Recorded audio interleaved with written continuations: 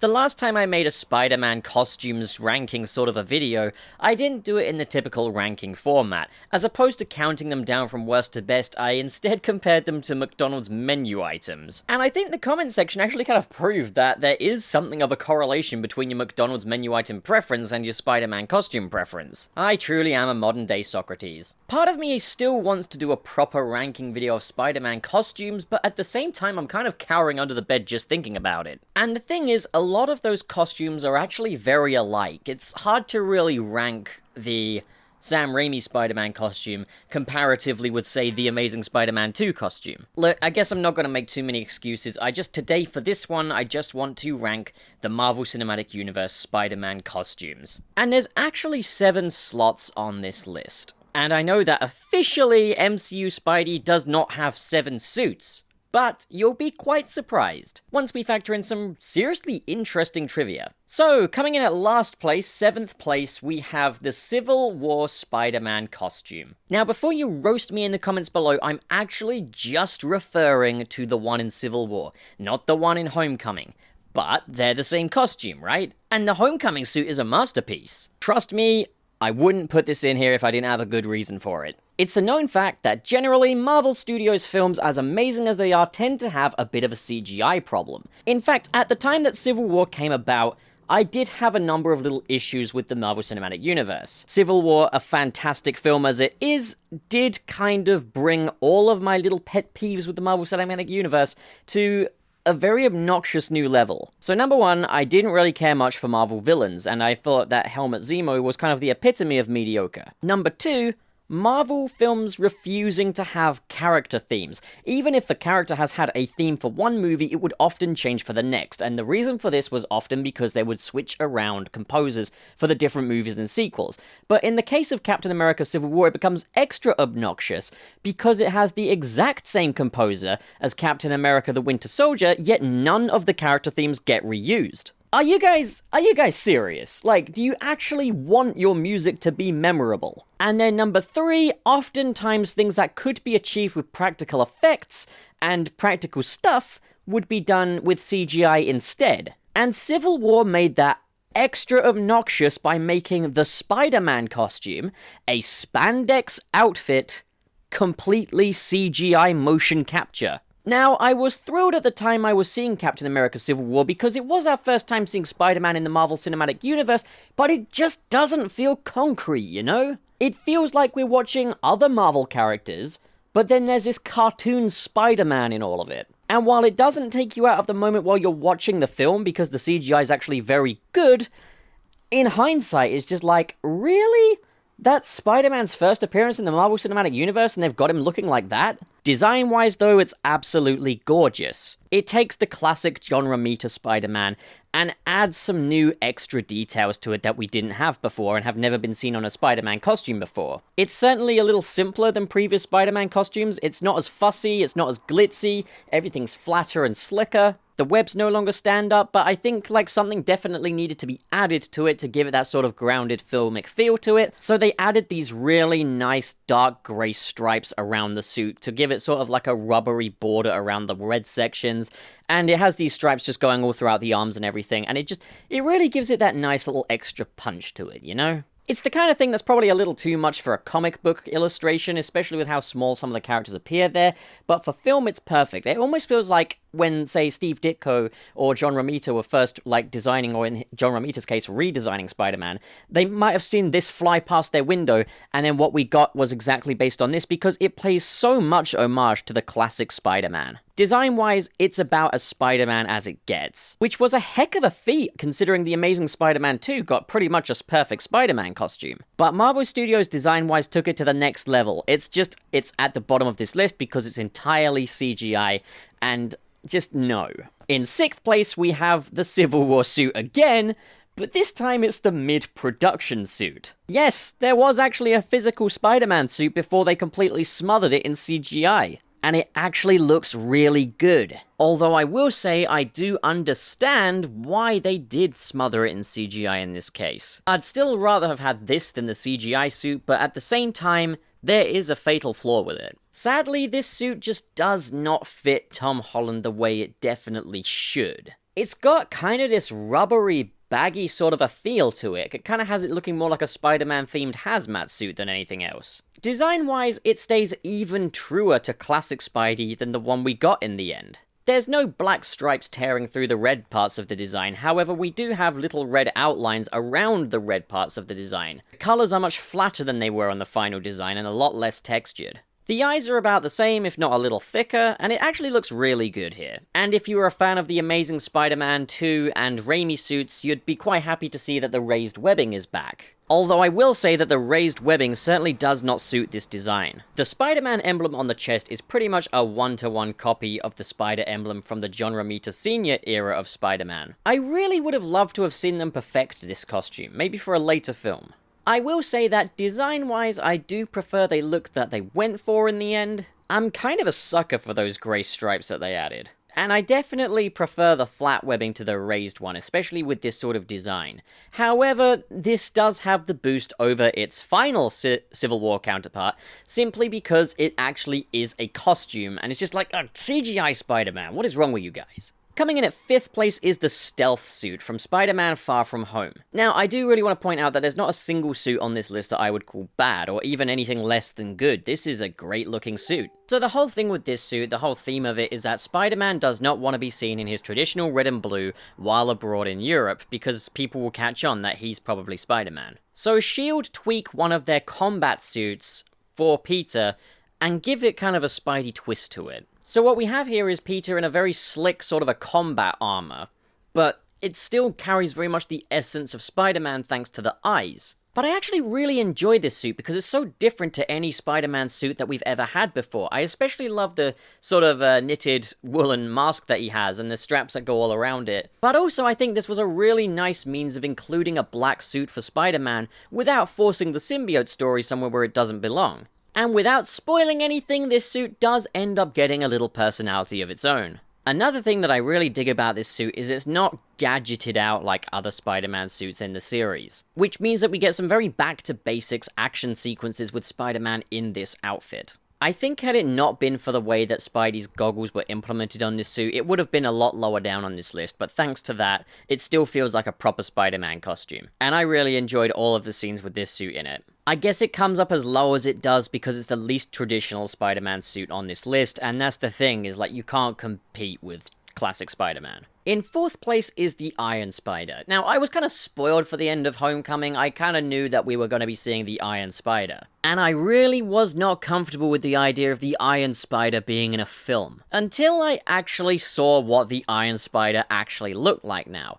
I'm not a big fan of the Iron Spider in the comic books. Sue me. It looks very... It looks like the Spider-Man of China. Obviously, that's no offense to Chinese people, but I just like Spider-Man to look kind of traditional. So I was pleasantly surprised when I actually saw this suit in the film and when I saw it in Infinity War afterwards. Now, like the Civil War suit, this one is CGI, but it has a good reason to be CGI. It's a very metallic, glossy Spider-Man that's got a good reason to be very sort of...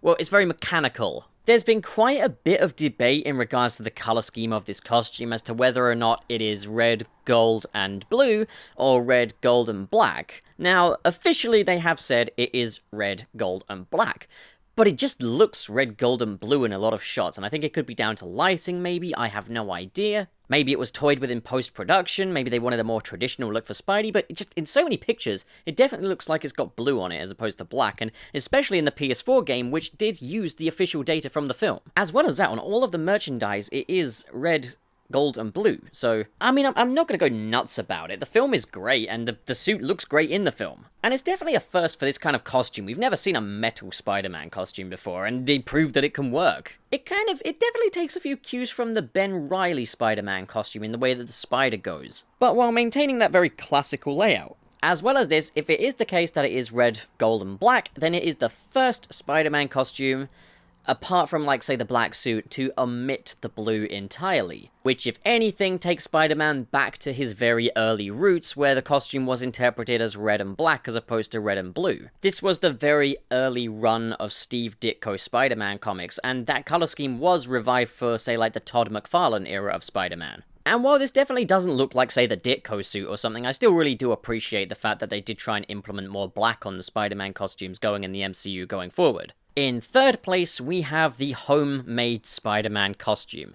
I'm not going to include the one from Civil War because we do not get a good look at that. It's definitely a little bit different to the one that we see in Homecoming, but it's meant to be the same. And the thing is, I can't rank that because there is no clear image of it. So I'm just going to stick with what we have, and that's the homemade suit that we get in Spider-Man Homecoming. So this suit kind of serves as a reminder that Peter Parker was Spider-Man long before Tony Stark hit the scene. It's the suit Peter Parker made after the death of Uncle Ben. And this suit, while the simplest of all of the costumes in the MCU Spidey canon, it's just absolutely bursting with personality. You can really tell a lot of what pre-Tony Stark Peter Parker was like. You can absolutely buy that this costume was made by a young teenager. And it really drives home that whole he's the hero that could be you thing, when you can actually make this costume for yourself quite easily. It maintains that classic Spidey color scheme, except the blue is more of a baby blue on this one. The goggles still move around and are expressive, which is a really nice little touch. And it is really nice to have a Spider-Man costume that doesn't have all of the functionality. Another nice little touch is that this costume is actually very, very similar to the Scarlet Spider costume. It's just that the colors are different and the eyes are different, but other than that, it's almost one-to-one. A really nice alternative look for Spidey to remind us where his roots are. And now we are down to the final two contenders. The two main suits of Spidey's MCU tenure. And while we have seen much more of one than the other, it is safe to assume that the other will be a mainstay for the foreseeable future. At least, hopefully. These two costumes have a great deal of similarities and differences, so this one is going to come down to a lot of preference. So, it all comes down to two. The Stark suit from Spider-Man Homecoming, or the Parker suit from Spider-Man Far From Home. So, in runner-up, second place, is the Stark suit from Spider-Man Homecoming. Now, this is going to be a controversial opinion, because I think the Stark suit from Spider-Man Homecoming is very much the suit that people will most commonly associate with the character. This is the physical version of the suit that Spider-Man wore in Captain America Civil War. And to see it as a physical suit just makes so much difference. I think as far as the MCU Spider-Man costumes go, this one will go down in history as the fan favorite, no doubt. It's the red and blue, it's the classic Spidey, it's very much the John Romita Sr. version of Spider-Man. As a Spidey fan, there is really nothing not to like about this costume, it's perfect. After the very highfalutin costumes in The Amazing Spider-Man 1 and 2, it was nice to have a suit that was very, very back to basics. The texture was a lot more subtle, there's no raised webbing. It was definitely a more playful design for a more playful Spider-Man. The dark stripes going around the costume really complemented the form of the suit and the layout, and just helped it feel that much more grounded. Arguably the most contemporary retro look Spidey has ever had on film. There is absolutely nothing wrong with this suit, in my opinion. And as well as that, it was the first Spider-Man suit to give us the classic back spider. But the reason it lands on the number 2 spot is because I simply just prefer number 1, the Parker suit. This is the first costume since the homemade suit that Peter has actually made himself. Although it's made with the Stark technology, it is still Peter's own suit. Now, if the Stark suit was definitive John Romita Sr. Spidey goodness, this is the original Spider-Man. This is Steve Ditko's Spider-Man. The red sections on this suit are a lot leaner and a lot slicker. The eyes are just that little bit more angular than they were before. And instead of being red and blue, it is now red and black. And yes, there is the misconception that it was John Romita that changed Spider-Man from red and black to red and blue. No, it was Ditko.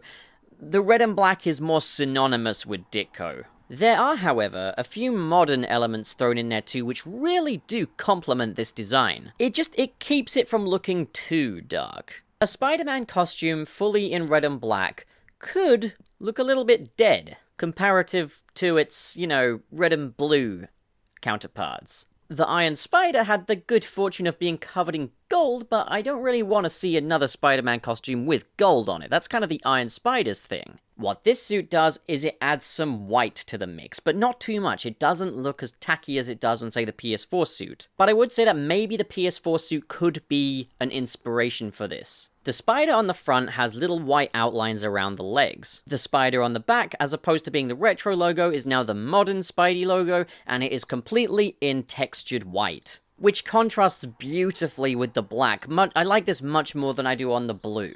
Now, I think this might be also a little nod to Amazing Fantasy 15. With this suit, Spidey's meant to be kind of returning to his roots of making his own costumes, and maybe this was an intentional thing, was to dial it back to the Ditko age. In Amazing Fantasy 15, the spider on the back of the suit was actually more of a blue color, as opposed to red. And while blue would not work on the black of this suit, I get the feeling that maybe they made it the white color because of that, as opposed to maybe Spider-Man PS4. I can't say for sure. Spidey's arm design has also been given something of a makeover. A lot of modern Spider-Man designs have been doing away with the red stripes on the arms in favor of keeping them blank, having the red cut off at the shoulders. Now, I must admit, I'm not a big fan of that in drawings, but I like the way that the grey stripe thing that was on the Homecoming suit goes over the cutoff at the shoulder. It means that those dark stripes don't tear through the design quite as much as they did before. And I also really like that we have got black gloves as opposed to red ones, but with red stripes going down them and red fingers. It's a much slicker, more updated look for a very retro Spidey design, and it brings it to this day and age very well, without it feeling like the kind of thing that's going to date anytime soon. I also really appreciate that rather than having the checkerboard texture of the blue section like they do in the Stark suit, they instead have line work. Another great thing about this suit is that it's suggested during its making that maybe it's a little more restrictive than the Homecoming Stark suit was. Peter's pretty aware of what abilities he needs and doesn't need, and this just has the essentials in it. I like that, because it keeps Spider-Man from being too Iron Man-like. So there we go, guys. There's all the MCU Spider-Man costumes ranked. What do you guys think? Comment below and discuss. And as always, if you enjoyed this video and you want to see more like it, don't forget to hit subscribe, hit the like button, and in the description below are links to the Patreon, because I gotta eat, guys, you know, if I want to keep making videos like this, and as well as at the Discord server, where you can come and chat with me and some of my friends, and fight it out amongst your fellow fans. Thank you so much for watching, guys. Have a great day.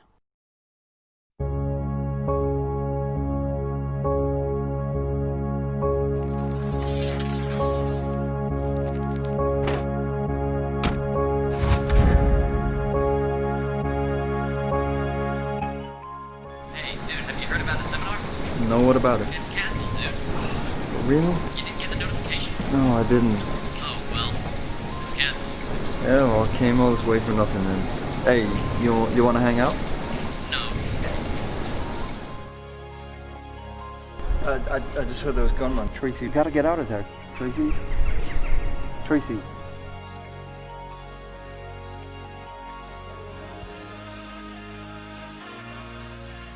Okay, so I guess the best advice I could give to anybody is this. Evaluate your circumstances, be brave. Be prepared to fail, but always get up. You owe it to yourself to be marvelous, so why regret being anything less? Well said.